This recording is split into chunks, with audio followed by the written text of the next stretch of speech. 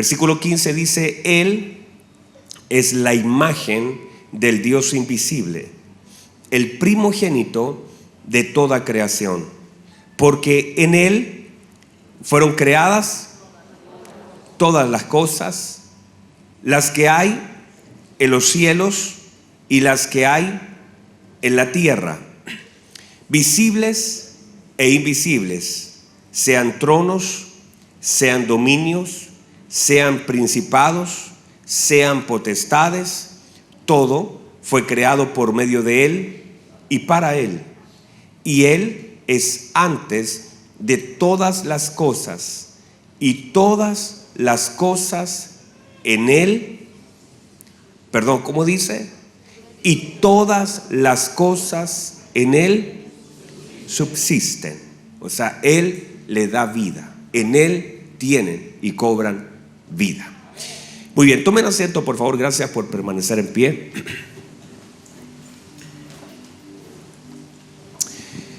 Hemos estado hablando, hace unos días atrás comenzamos a hablar, ¿cierto? Algunas cositas que son muy importantes. Hablamos acerca de este Dios inexistente y deformado que algunas personas comienzan a crear en su mente de acuerdo a sus propias necesidades. A veces el riesgo más grande no está afuera, en esas figuras que se ponen en una muralla, en esas imágenes donde la gente de pronto uno puede criticar mucho, y de hecho a veces la gente equivocadamente comienza a criticar cosas de personas que todavía no conocen una verdad absoluta. No estamos para eso. Si nosotros manifestamos la verdad, ya no tenemos que criticar a aquellos que viven en una mentira.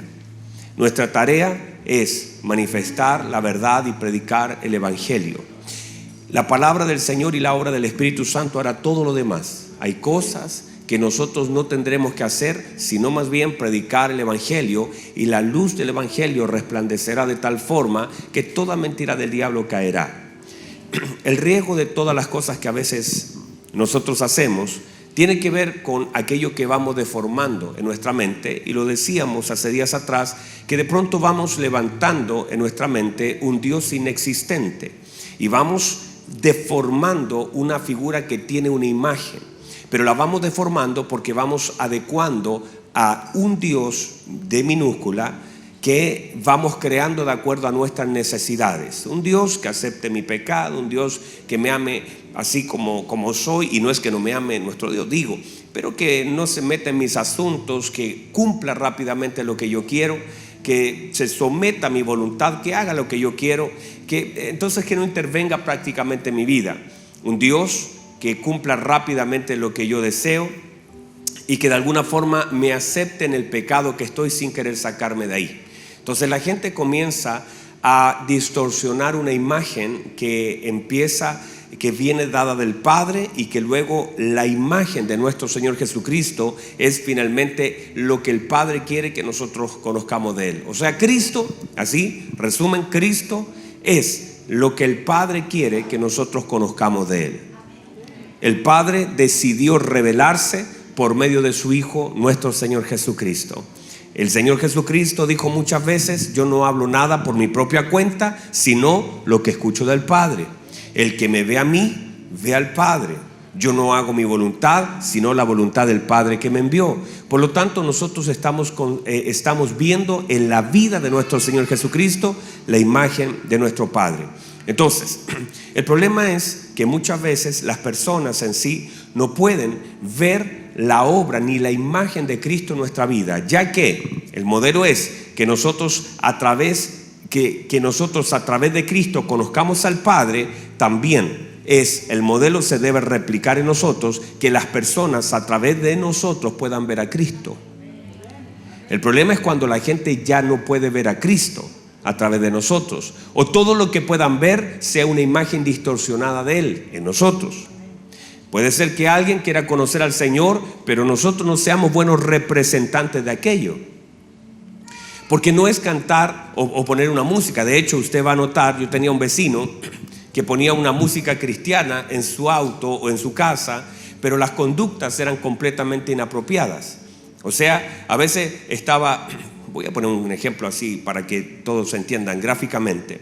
Estaba cantando alabaré, alabaré dentro del auto, ¿cierto? La canción sonaba hermosa y sacaba jabas de cerveza. Alabaré, alabaré. Iba al supermercado, entonces uno o retando a su esposa o maltratando a su familia, y uno dice, eso suena bonito, una linda canción, pero no es una imagen correcta, es una imagen distorsionada.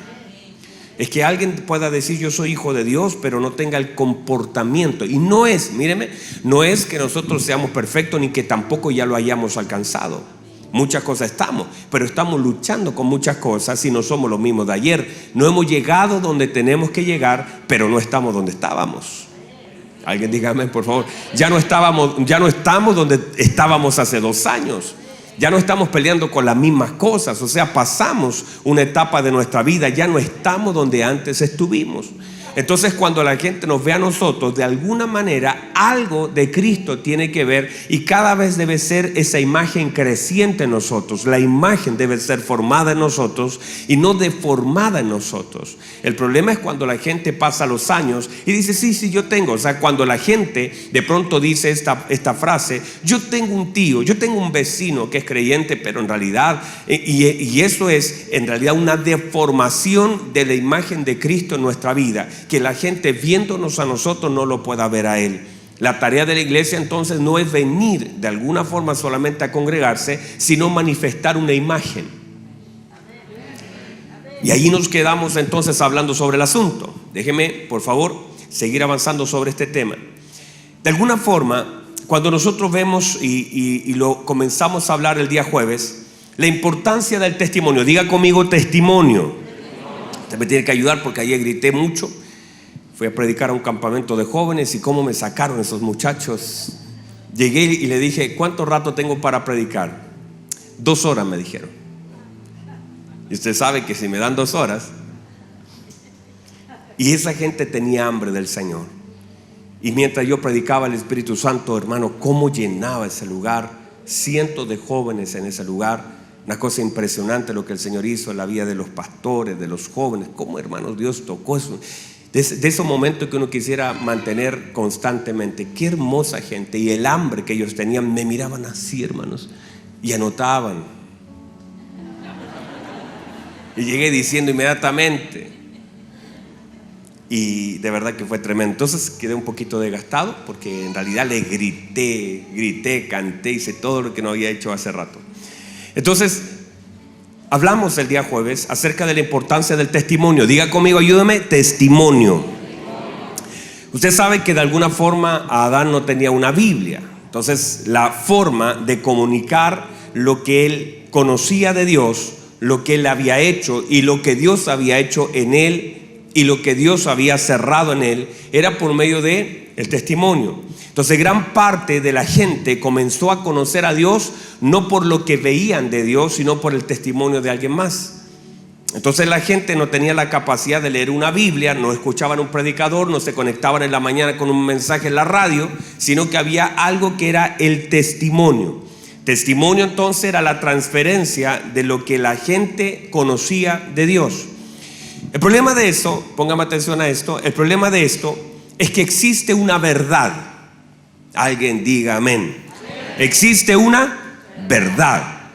Esa verdad que es inmutable, que no cambia, que no se acomoda, que no está para ser una alternativa en la mente de alguien. Es una verdad absoluta y total, a lo cual el Señor responde, porque el Señor responde a la verdad de su palabra, porque Él es la verdad.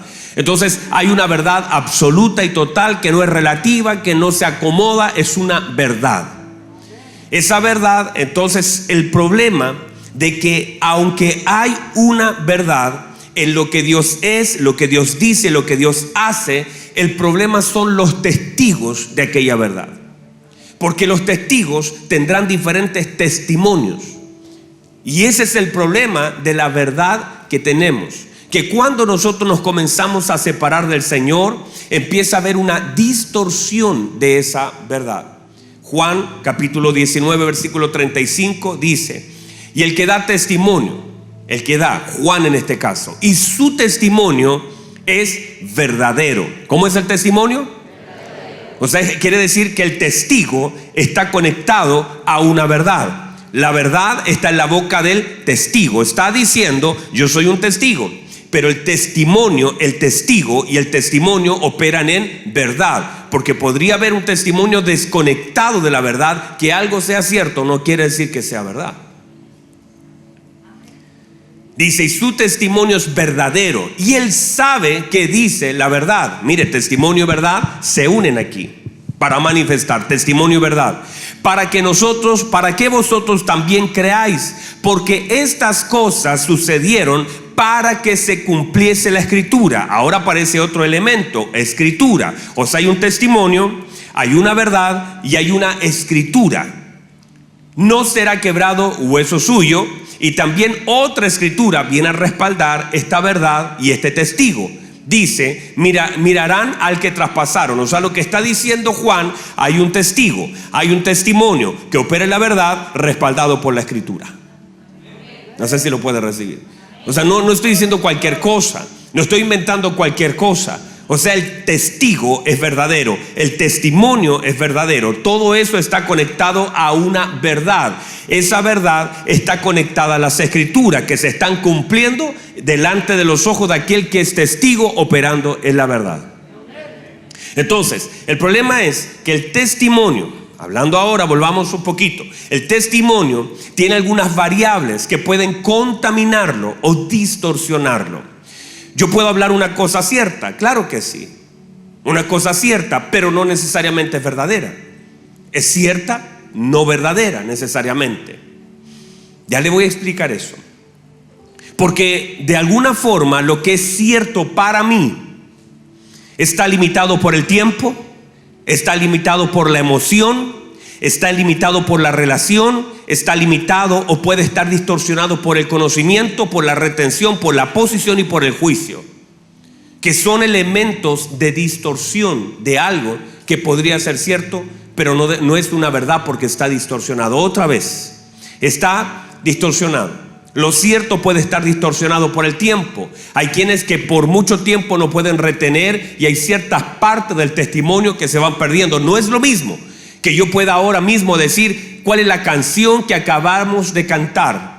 Yo lo puedo decir, y es más, si le digo, ¿y cuántas veces repetimos la estrofa? Y usted la acaba de cantar, usted dirá, a ver, vamos a ver, 1, 2, 3, 4, sí. Si yo le dijera el día de mañana, usted se acuerda quién estuvo en la batería, quién estuvo, usted se va a recordar. Pero el problema es que el tiempo ejerce una distorsión de tal forma que si yo le preguntara en 2 semanas más cuál fue la misma canción que comenzamos cantando, cuáles eran los músicos que habían, tal vez pueda apuntarle a algunos, pero otros ya no.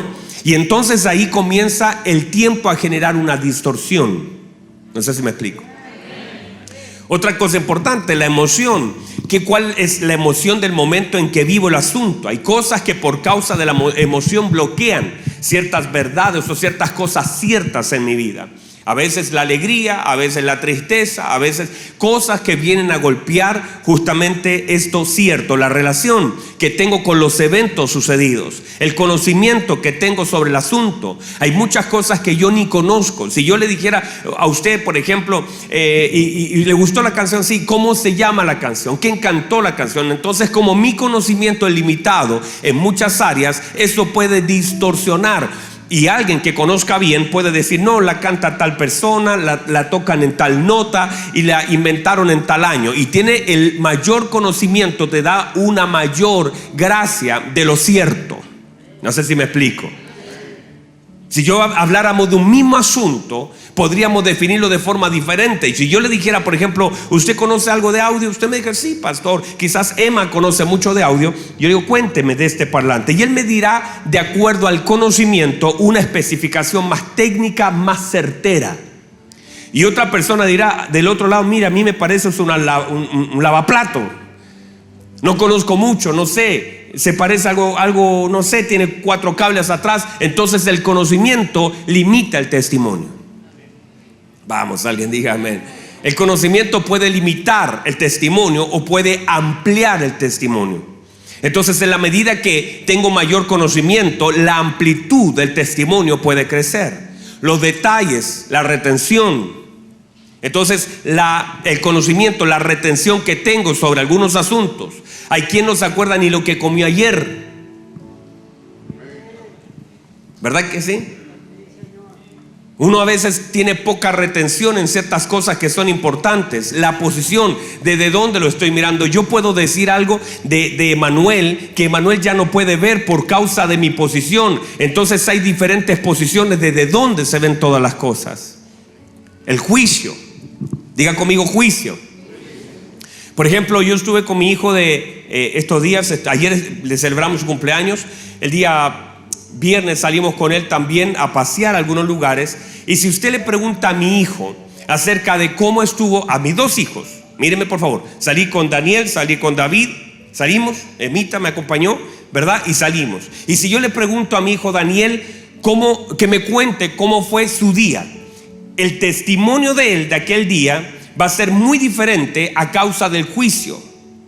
Entonces David me va a decir, subimos a un juego que era muy grande.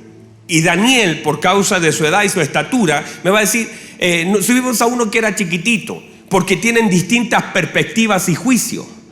Entonces un mismo evento puede tener dos visiones diferentes. Puede decirme David, y fuimos a comer súper rico, y Daniel dice, la comida estaba más o menos, porque hay diferentes criterios y juicios para una misma situación y evidencia. Entonces uno va a notar que puede ser el testimonio, el juicio, el crecimiento. No es lo mismo el relato de mi hijo de 5 años que el relato de mi hijo de 6 años ahora, que el relato de mi hijo de 10 años, porque hay un juicio diferente. Pueden medir las cosas de forma diferente. Hay personas que en el mismo avión dicen, uy, que estuvo largo este viaje, y hay otros que dicen, hoy se me pasó así la hora. Hay gente que aquí dice, qué bueno está el mensaje, y otro dice, ¿a qué horas termina? Tengo sueño. Escuchando el mismo mensaje con dos juicios y criterios completamente diferentes, siendo expuesto a lo mismo pero teniendo diferentes miradas acerca de un asunto. Por lo tanto, puede estar el testimonio contaminado. ¿Sí me explico, verdad? Entonces podríamos relatar el mismo suceso con un diferente testimonio. Hablar de cosas pequeñas, grandes, altas, bajas, profundas, difíciles, fáciles. De hecho, a mí me ha tocado, yo he ido a algún velorio, y usted también ha estado seguramente ahí, donde hay personas que están destrozadas y viviendo las mismas cosas. Yo abrazo a un hermano y él tengo que agarrarlo para que no se me caiga, porque se acaba de fallecer un familiar, un papito, una mamita, y están destrozados. Y voy a tratar, y el otro dice, no, está bien, Dios lo quiso así. El mismo evento en el corazón de dos personas diferentes tienen una visión distinta, un relato diferente, un testimonio distinto. Entonces, esto no es solamente un testimonio, no es solamente el relato de un evento, sino, míreme, la conexión con una verdad, la revelación de aquello que es verdadero. Y aquí entonces entra la obra del Espíritu Santo, de cómo Él revela para conectarnos con esa verdad a través de la Escritura. Aquí lo voy a volver a repetir.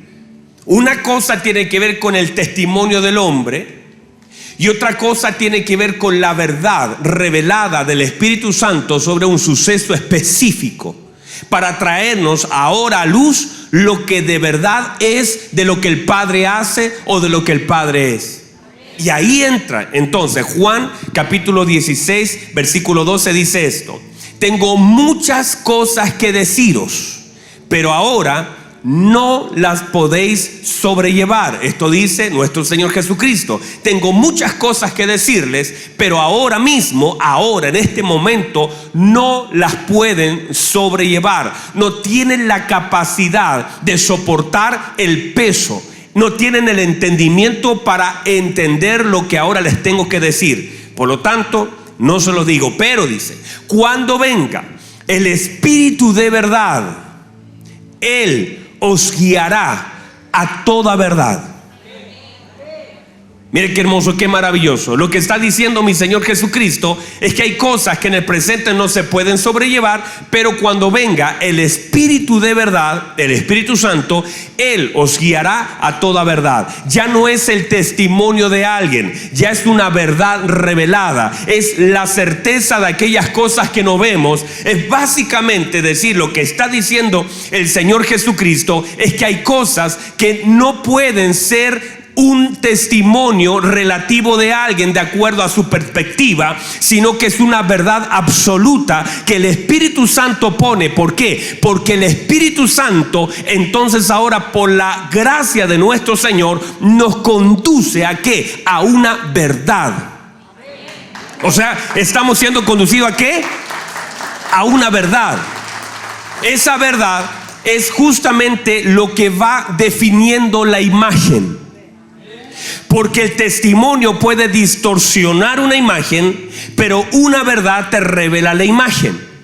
O sea, es la obra del Espíritu Santo que te conecta con una verdad que te va como, es como cuando uno va empañado los vidrios y ve como para afuera medio sucio, pero de pronto le empieza a echar agüita y eso te va limpiando y va viendo más claro. Hace días atrás yo estaba con Vera y le dije, mira, como que se ve medio borroso. Le eché agüita y se veía con tanta claridad hacia afuera. Eso es la obra del Espíritu Santo que va haciendo que los vidrios dejen de estar empañados, que el vidrio comience a ser limpiado, para que ahora lo que se veía medio borroso a causa de un testimonio, ahora se pueda ver con claridad a causa de una verdad, que es una verdad revelada. Es la obra del Espíritu Santo que revela la verdad de un asunto. Por eso cuando viene alguien a decirte y a contarte, bueno, te voy a contar cuál es mi testimonio. Yo estuve pasando un cáncer, a mí me pasó esto, a mí me hicieron esto, a mí pasó esto conmigo. Y eso es parte de un testimonio que es hermoso, que lo vivió él de una perspectiva, con un criterio, con un juicio, con un tiempo, y eso tiene su lugar. Pero ahora el Espíritu Santo, cuando tú te conectas con la obra del Espíritu Santo, lo que hace, Él te comienza a mover las ventanas, te comienza a desempañar el vidrio, y ya no es el testimonio de alguien que te dijo, bueno, esto puede pasar. No es el testimonio de otro que estaba en crisis y te cuenta lo que a él le sucedió, porque son testimonios, son perspectivas, son situaciones, cada una en particular. Y eso alguien podría decir, mire, yo la verdad es que me separé, la cosa estuvo mal. Te vas donde otra persona y la otra persona te dice la verdad, mire, aguante, soporte, déjenlo nomás que lo maltrates, así va a cambiar el hombre. Después vas donde otro y te dice la verdad, no, únjale con aceite los zapatos, póngale pasaje bíblico. Otra persona te dice, mire, no, vístase bien, vaya al gimnasio, haga gimnasia, se recupera su matrimonio. Alguien le dice, no, prepárele cositas ricas. Y otro te dice, y la suegra te dice, no le permita nada, demándalo. O sea, toda la gente te va a dar un testimonio sobre un tema, crisis matrimonial. Y tú vas a escuchar el testimonio de él. Y vas a escuchar el testimonio de él. Y vas a escuchar el testimonio de él. Y tú dices, bueno, ¿y qué hago de todos estos testimonios que tengo? Porque si lo mezclas todo, hermano, queda tremendo eso. Pero ahora empiezas a decir, bueno, quiero darle gracias por cada uno de ustedes que han contado parte de su historia, pero voy a ir a un lugar. Yo sé dónde está la respuesta de este asunto. Y vas y doblas tu rodilla. Dices, Señor, guíame a la verdad. Guíame a la verdad, ¿qué es lo que yo tengo que hacer? Y el Espíritu Santo te conecta ¿con qué? Con nada de lo que el hombre pudo haber hecho, sino que el Espíritu Santo te conecta el testimonio para que tenga un peso y un cumplimiento de palabra. Tiene que ser conectado con la Escritura. Esta Escritura es la verdad donde el Espíritu Santo te guía, que no tiene nada que ver muchas veces con el testimonio del hermano, sino que ahora eres conectado a una verdad, y esa verdad te da la libertad. Porque cuando una verdad es revelada, comienzo a operar en una libertad que no tenía. O sea, la evidencia de la verdad revelada es una libertad absoluta y un cumplimiento de la Escritura, que no fue como lo dijo él, que agradecemos tremendos testimonios, pero lo único que puede funcionar en mi matrimonio es la revelación de la verdad de la bendita palabra de Dios. Y eso es, yo no sé si hay alguien acá, pero es por causa de una revelación que te conecta con la verdad escritural. Cuando venga el Espíritu Santo, ¿qué dice? Dice, Él os guiará. Y te conecta con una verdad. Todo lo demás son perspectivas, son testimonios de lo que el Señor hizo. Los despreciamos en ningún caso, pero no necesariamente son replicables en nadie. Por eso la limitante de un testimonio de alguien que hizo algo, yo hice esto y recibí esto, o actué así y me pasó esto, pero eso es una cosa suya. Pero la palabra de Dios no está respaldando testimonios de hombre con diferentes variables, sino que el Espíritu Santo te lleva a lo que el Señor quiere decir en un asunto específico. Entonces, cuando un testimonio es puesto por sobre la Escritura, es un peligro y es una distorsión. O sea, a veces hay personas que respaldan su testimonio con Escritura y solamente hacen conexiones con ella, y eso puede ser una distorsión. Pastor, ¿cómo es eso? Es que a veces hay personas que tratan de poner su testimonio como una verdad y un dogma delante de la gente, lo cual es una distorsión. ¿Usted se imagina que de pronto venga un ciego y diga: no, ahora vamos a levantar la iglesia de los ciegos con lodo en los ojos? Y para él ese testimonio fue algo tremendo. Pero Dios comenzó a hacer de otra forma las mismas cosas para mostrarnos un principio. Ese testimonio es cierto, pero la verdad era mucho más grande que el evento que sucedió. Por lo tanto, no me quedo pegado en la forma, sino en el fondo de la verdad, de la misericordia de Dios expresada de la forma en como Él quiere expresarla. El Señor podía hacerlo de ponerla en los ojos, o podía decir: sí quiero, está bien.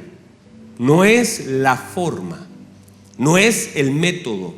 Por eso cuando tratamos de copiar métodos, la gente termina fracasando, porque los métodos no funcionan en sí, solamente la verdad de la palabra funciona. Entonces, la deformación, ¿qué es la distorsión? La distorsión es la deformación de una imagen, un sonido. Se comienza a desfigurar. Y dijimos entonces hace unos días atrás que puede ser desfigurada por el tiempo a causa de las perspectivas, sentimientos, falta de interés, atención. E incluso hablamos acerca de una obra intencional. ¿Por qué? Porque el enemigo es el más interesado en que tengamos una imagen distorsionada del Señor. Porque de pronto no nos damos cuenta, y el mismo infierno está tan interesado en que tengamos una imagen distorsionada de Cristo, porque nada funciona si se sale del diseño. Vamos, otra vez. Nada funciona si se sale del diseño. Nada. Usted, si sale del diseño, las cosas dejan de funcionar. O sea, todo funciona en un parámetro establecido por el Señor. La Biblia, míreme por favor, la Biblia, la Escritura de Dios, viene a mostrarnos un diseño divino de cómo Dios hace las cosas y cómo espera que nosotros las hagamos. Si alguien se sale de ese parámetro, no importa lo que usted necesite, la palabra no se cumple fuera de un parámetro. Y allí usted va a ver personas que están pidiendo oración. Hace un par de semanas atrás, alguien se me acercó y me dijo: pastor, ore por nosotros, por favor, ore por nosotros. ¿Puede orar por nosotros? Yo le dije: claro que sí puedo orar por ustedes. Cuénteme, ¿qué necesita? Bueno, somos una pareja, no estamos casados, llevamos cerca de 15 años conviviendo, pero estamos pasando unos problemitas. Ore para que el Señor nos bendiga. Entonces yo los quedo mirando y le digo: claro que puedo orar para eso, yo puedo poner mis manos y todo. El problema es que yo puedo gastar mi garganta, echarle su litro de aceite, yo podría hacerlos pasar acá, le podría ungir los pies, lavar los pies, pero si ustedes no se ordenan,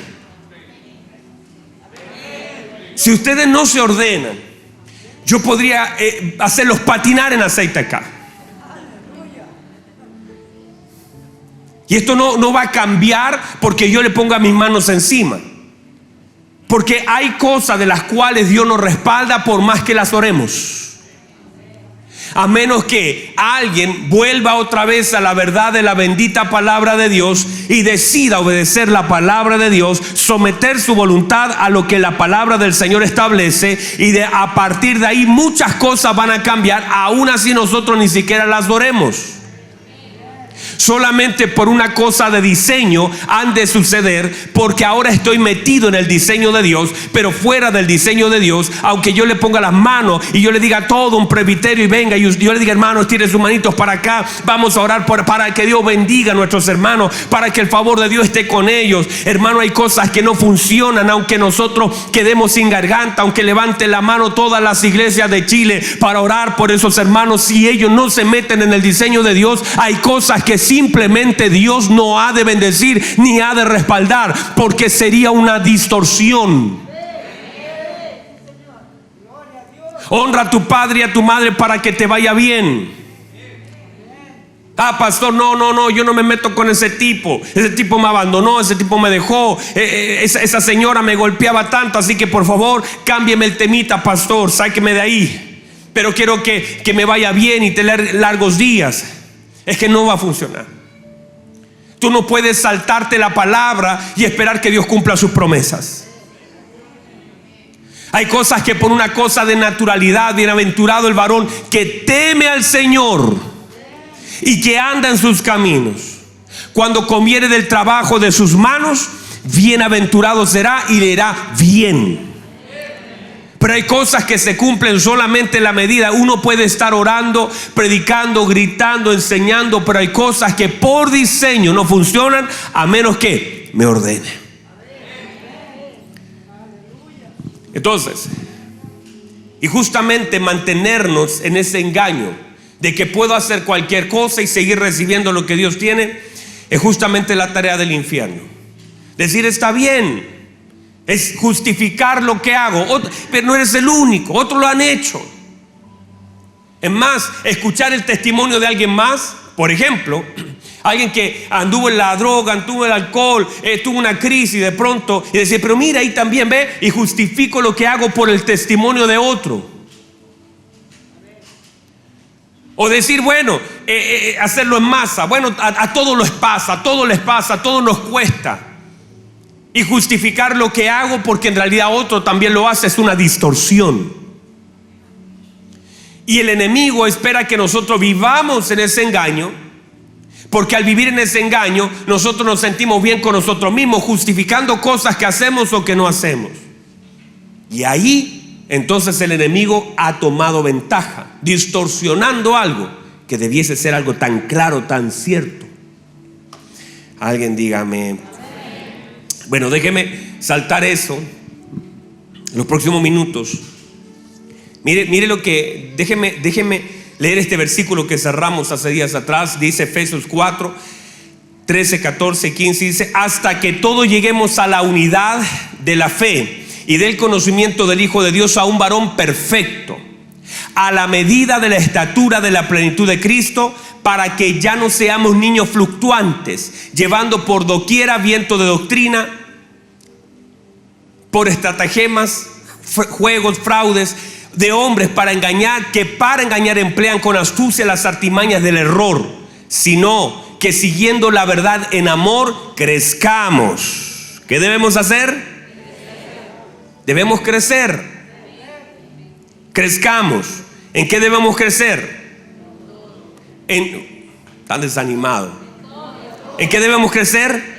En todo. En aquel que es la cabeza de la iglesia, esto es Cristo. O sea, debemos crecer, no ser niños. Lo hablamos el jueves, así que no voy a hablar sobre ese punto. Ahora, póngame atención.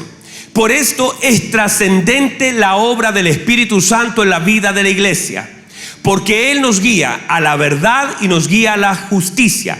Cuando nosotros nos alejamos del Espíritu Santo, no tenemos la capacidad de discernir. La alarma se nos apaga. Y todo, aún así que sea malo, lo tomamos como bueno, porque ya la alarmita se nos fue. El sensor se nos apagó. Entonces, cuando una persona se aparta del Señor y la obra del Espíritu Santo ya no está en él, comienza a cometer errores, en ir en direcciones equivocadas, en justificar lo malo que hace, en vivir en fracasos. Y no necesariamente que hay cosas que van a ser más fáciles o más difíciles, pero justamente hoy estamos hablando de la precisión de lo divino, aquellas cosas que son precisas, aquellas cosas que nos mantienen en fidelidad. Pero cuando nosotros nos alejamos del Señor y su palabra, lo que comienza a suceder es que perdemos dirección. No tenemos la capacidad de discernir. Somos un Sansón con la unción del Señor sobre nosotros, pero durmiendo en las piernas de una Dalila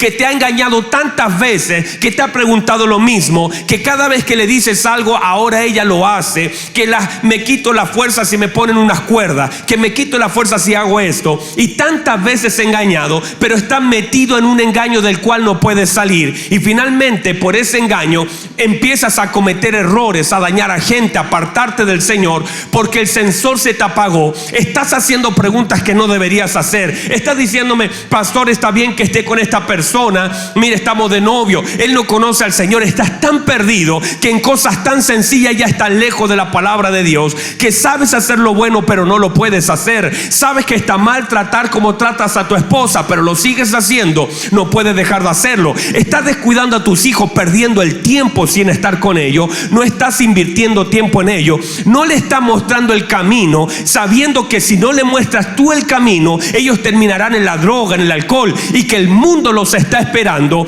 el diablo y el infierno los está esperando. Pero a pesar de que ves todo lo que está sucediendo, no eres capaz de discernir el tiempo en el que vives. Estás malgastando el tiempo, malgastando tu vida, malgastando tus recursos en cosas que son completamente intrascendentes. Pero como el sensor está apagado, entonces sigue viviendo la vida. Dice: yo sé que estoy mal, pastor, yo sé que estoy mal, y a veces ni cuenta te das que estás tan mal. Está destruyendo tu familia, está destruyendo a tus hijos, pero sigues exactamente en ese lugar porque el sensor no se apaga. Hay un momento cuando usted va en el auto, y que a veces me ha pasado que salgo en el auto y empieza ese bendito auto, pip, pip, pip, pip, y ahí está, y no para. Yo sé que es el cinturón, pero me empieza a decir titit, titit, y me avisa, y no, porque yo le digo: ya cállese. Si voy aquí a la esquina y el sensor titit, titit, titit, y la única vez que se va a callar ese bendito auto es cuando agarro el cinturón y le pongo ahí. Si no, no se calla. Ese sensor no se apaga y te comienza a molestar, a incomodar, a tal punto que tienes que decir: ok, me voy a parar, lo voy a poner. Y esa es así la obra del Espíritu Santo. Cuando está en el creyente, no te deja, te comienza yo no sé si hay alguien acá, te comienza a incomodar, te comienza a decir: no te voy a dejar avanzar hasta que haga lo que tengas que hacer. No lo vas a hacer a tu manera, te voy a incomodar. Cada vez el sonido será más fuerte, cada vez te voy a decir que esto está mal. No te dejaré que tomes el camino equivocado. Te comienza a cerrar puertas, porque el Espíritu Santo guiará a toda verdad y a toda justicia. Vas para ese lugar, se cierra la puerta, te enoja, dice: Señor, pero ¿cómo esa puerta se cerró? No se cerró porque era bueno, se cerró porque el Señor sabía que no era parte de lo divino, y el Señor puso una traba para que eso no funcionara. Te cerró un negocio, te cerró una empresa, te cerró una amistad, te cerró una relación, porque el Espíritu Santo te está guiando, te está incomodando. De pronto quieres salir y algo pasa, hay algo aquí que no te deja salir. Tú dices: yo no sé qué pasa, antes me gustaba salir con mis amigos, pero ahora hay algo. El sensor está encendido y no te dejan, porque hay una obra del Espíritu. Yo no sé si hay alguien acá. Hay una obra del Espíritu Santo que comienza a incomodarte, y ya no lo haces como lo hacías antes. Tú dices: yo no sé qué pasa, si antes yo hacía esto, para mí era normal tomar, emborracharme, pero ahora algo pasa que quiero tomarme y ya comienzo a decir: esto está mal, no debo estar aquí, yo debería estar en la iglesia, debería estar con mis hijos, no debería gastar mi dinero en estas cosas, no debería estar en la droga, yo no debería estar escuchando esto. Ya como que adentro los garabatos, las malas palabras, la crítica, el chisme, como que te empieza a resonar, decir: yo no sé qué me pasa, ya como que no puedo hablar de la gente. Hay algo, porque el sensor está activo. El sensor te comienza a decir: tú no deberías estar sentado en silla de escarnecedores, tú no deberías andar en camino de malo, tú no deberías escuchar esos consejos, y te comienzas a alejar. Pero cuando el sensor está apagado, a ti te da lo mismo lo que hace la gente. Puedes estar en medio de los cerdos y te sientes hasta cómodo, porque el sensor se apagó. Puedes estar mirando basura, pornografía, la estás mirando, no te pasa nada, te trae como placer inclusive. Pero cuando el sensor se activa, deja las cosas que estabas haciendo, porque yo no sé si hay alguien acá, pero el Espíritu Santo es la guía de la iglesia. El Espíritu de Dios no te permite. Por eso la guía del Espíritu Santo es tan importante en la iglesia. Porque terminaremos donde no tenemos que estar, destruyendo lo que deberíamos cuidar, amando las cosas divinas, cuando no todo es más importante que Dios. Todo parece más importante que Dios cuando se distorsiona, cuando no tienes guía. Avanza donde vas, haces lo que quieres. No preguntas, solo avanzas, creyendo que puedes repararlo todo. El precio de eso es muy alto. No sabremos dónde ir y qué hacer si la guía y la obra del Espíritu Santo, sin esa imagen precisa de Cristo. Tenemos un molde. El molde en nuestro Señor Jesucristo, la imagen revelada. Sin imagen es muy difícil. Usted sabe que yo hace muchos años atrás escuchaba un mensaje donde se nos explicaba algunas cosas de los ciegos, y nos decían que los ciegos no tenían la capacidad de soñar porque no tienen imágenes. O sea, los ciegos no sueñan, los que nacieron ciegos, porque no hay ninguna imagen, no se la pueden inventar, no tienen esa capacidad. Una persona que nació ciego no puede soñar, no tiene imágenes. Los sueños vienen de las imágenes que tomamos. Entonces, si usted le dijera a una persona que nació con ese problema, dibújeme un árbol, no tiene una imagen, no tiene una forma, dibújeme un dinosaurio, no tiene esa imagen, por lo tanto le es muy difícil. Por eso nuestro Señor Jesucristo vino a mostrarnos una imagen. No, perdón, me equivoqué. No es a mostrarnos una imagen, es a mostrarnos la imagen. Esa imagen gloriosa que está manifestada en la vida de Cristo, en su gloria. Esa imagen que no teníamos acceso a ver, pero ahora a través de Cristo podemos ver con claridad la imagen del Padre. A tal punto que Felipe dice: muéstranos al Padre y nos basta. Y el Señor dice: pero Felipe, tanto tiempo has estado conmigo y aún no conoces al Padre. Tienes que conocer al Padre a través de mí. Yo soy una imagen de Él, lo visible del Dios invisible. Entonces esa imagen es Cristo. Cuando el Señor le habla a la iglesia en Apocalipsis, a las iglesias de Asia Menor, le está mostrando una distorsión de aquello que están haciendo. Son iglesias de Cristo, el Señor las ama, pero hay una distorsión en algunas de ellas de aquello que estaban haciendo. Y lo que hace el Señor con su palabra es traer una corrección al funcionamiento ministerial, que es una oportunidad para que la imagen del Hijo sea levantada. Está diciendo: hay que pasar el limpiavidrios, hay que comenzar el parabrisas a moverlo, hay que comenzar a limpiar porque esto está mal. Están en este vehículo, están avanzando, pero no ven con claridad. El riesgo de no ver con claridad es la distorsión.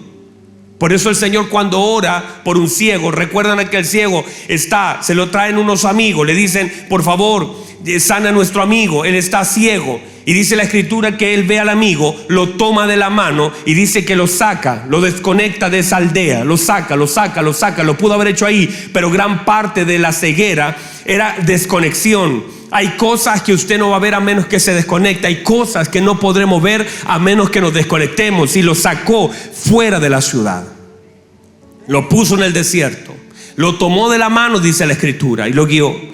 Y estando en este lugar, dice que hizo lodo, lo puso en sus ojos y le dijo: dime qué ves.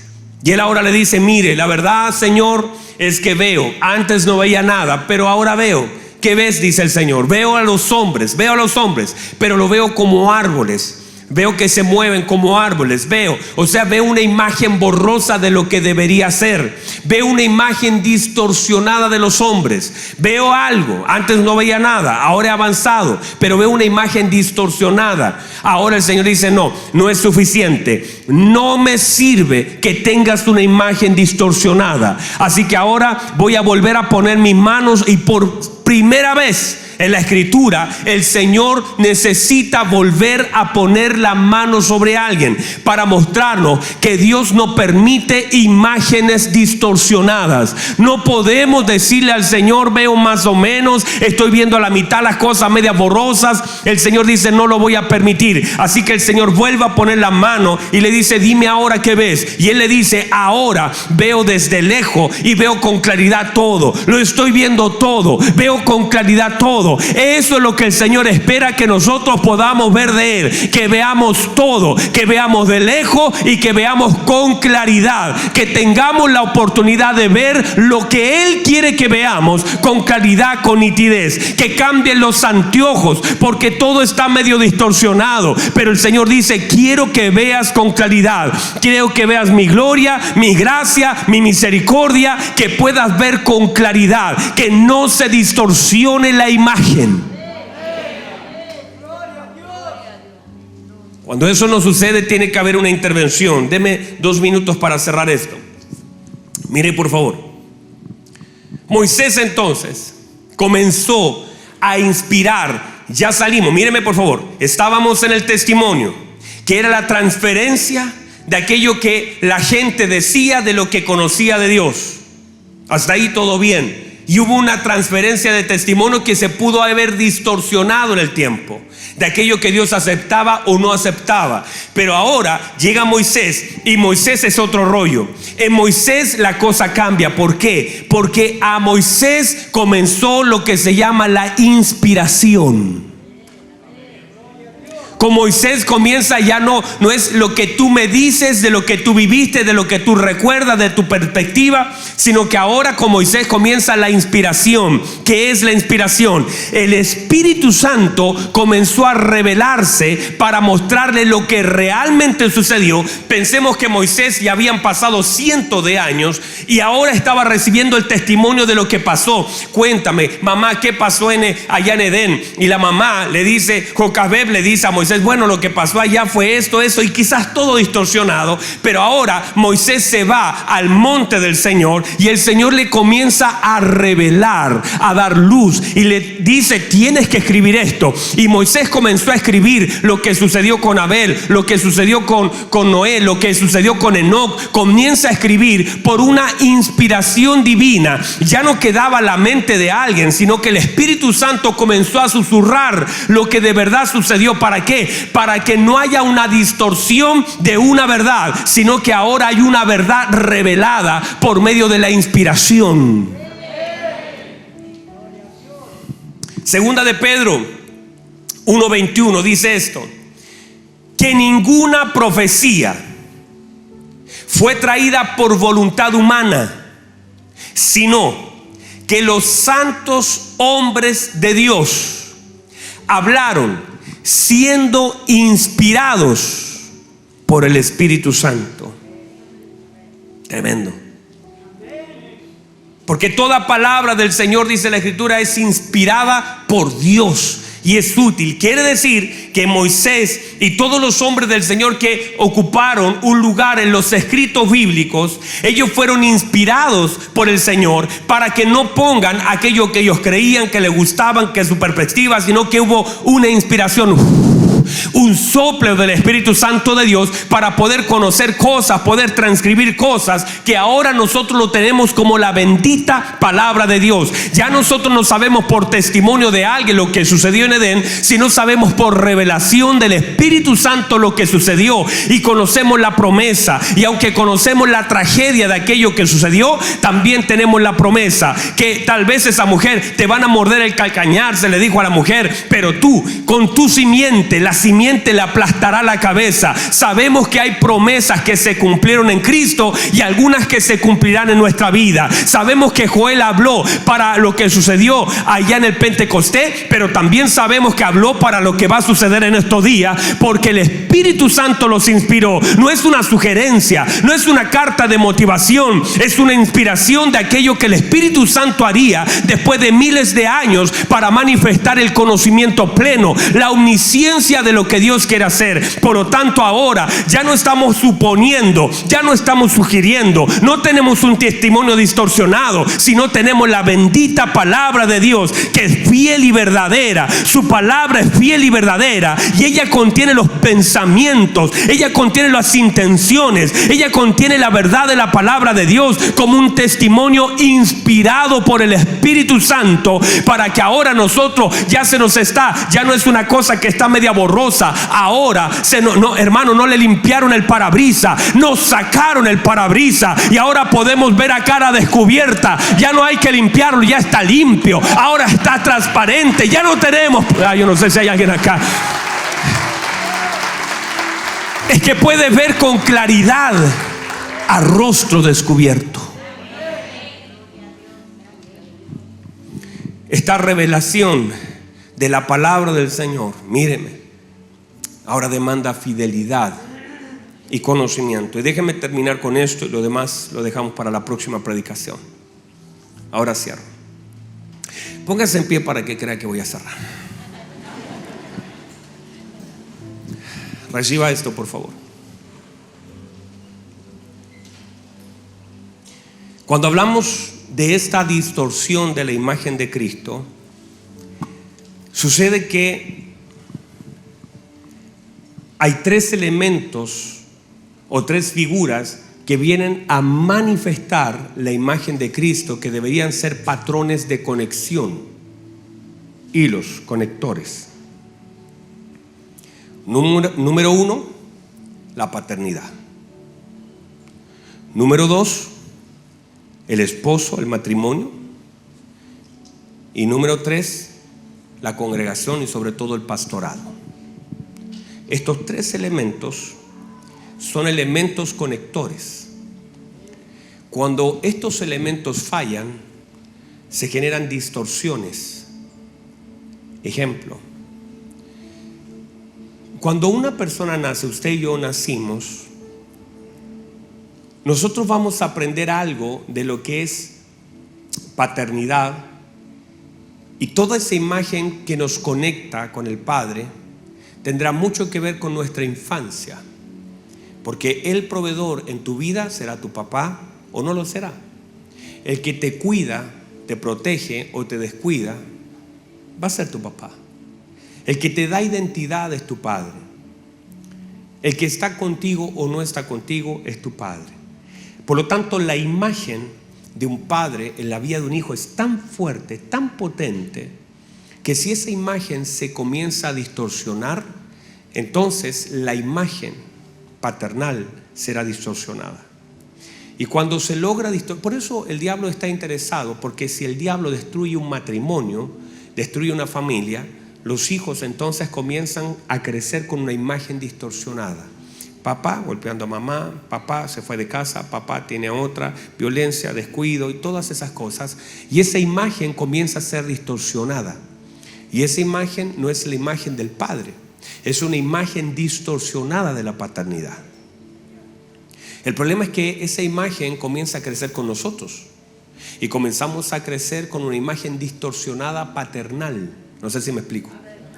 Entonces comenzamos a crecer con una imagen distorsionada de lo que debería ser la paternidad. Y ahora lo que es la paternidad es un regalo de Dios. Yo doy gracias a Dios por mis hijos. Yo los veo, hermanos, los veo delante del Señor, y yo no puedo pensar que alguien deje un hijo. Yo no lo puedo pensar. Que alguien deje un hijo, no lo puedo pensar. No me entra. Yo los veo ahí, yo digo, ¿qué harían mis hijos? ¿Cómo les rompería el corazón si yo los dejara? ¿Cómo les rompería su corazón si yo me fuera? ¿Cómo No puedo imaginar lo que eso significa. El dolor de un niño que ha sido abandonado. No lo puedo imaginar. Entonces, si usted lo vivió, yo no lo viví y tampoco lo haría. Pero sé que hay gente, muchos de ustedes lo han vivido. Qué terrible para una mujer tener que tomar a sus hijos con el dolor de lo que significa que alguien te dejó. Y ahora decir, postergarse ella misma, agarrar a sus muchachos, ¿verdad? Y comenzar a caminar. Con el dolor del corazón, con la frustración, con lo que significa el abandono. Más encima toda la presión desde la social, la explicación que debo dar, el cómo le digo a mis hijos, el cómo reemplazo algo que es tan importante en la vida de ellos. Dios bendiga a esas mujeres que salieron adelante. Esas mujeres, tal vez es tu mamá, tal vez eres tú, que agarraste a tus hijos y el Señor te fortaleció para continuar. Y luego, como Deborita, ver a su hijo ministrando al Señor, sirviendo al Señor.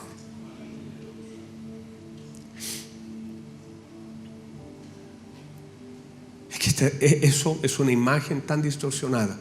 Y cuando esa imagen se distorsiona, la paternidad distorsionada, hermanos, trae pero una cosa aquí que comienza por años a generar un rollo acá.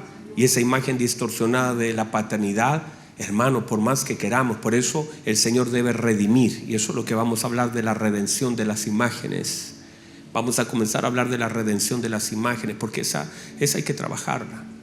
Y el Señor tiene que mire, uno de los mensajes que más ha pegado a lo largo de lo que hemos predicado tiene que ver con la paternidad de Dios.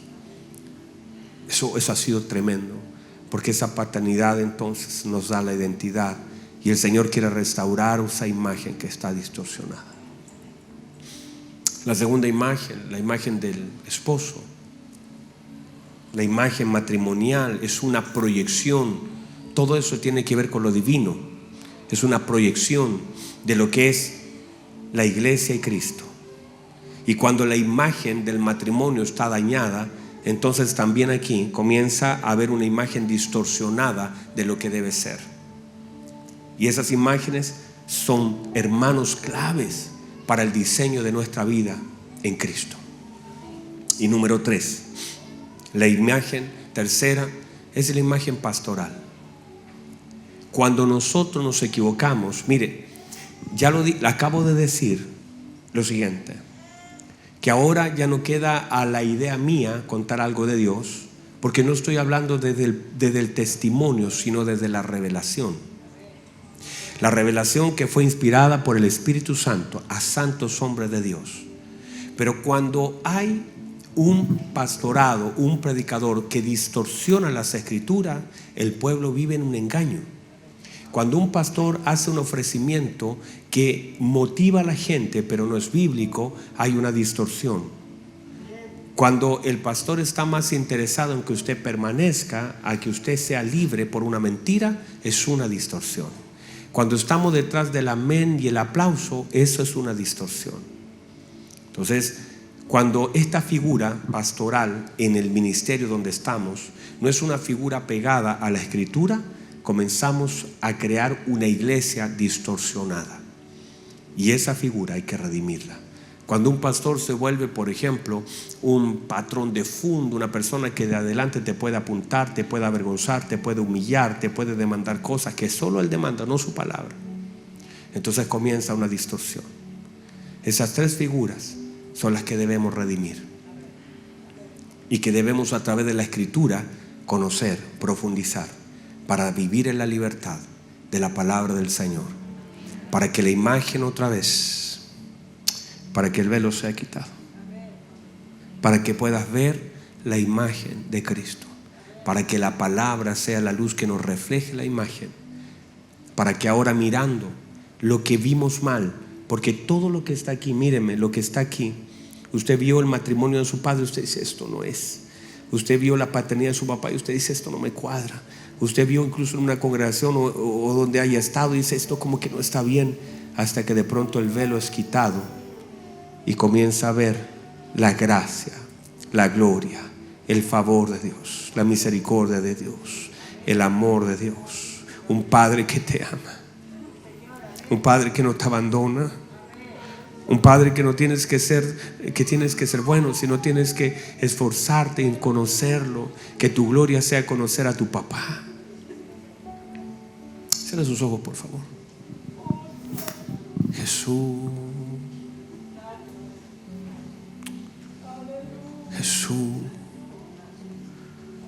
Cuando esta imagen distorsionada está operando en la vida de la congregación, entonces viene todo el dolor, la aflicción, la angustia, porque hay imágenes distorsionadas.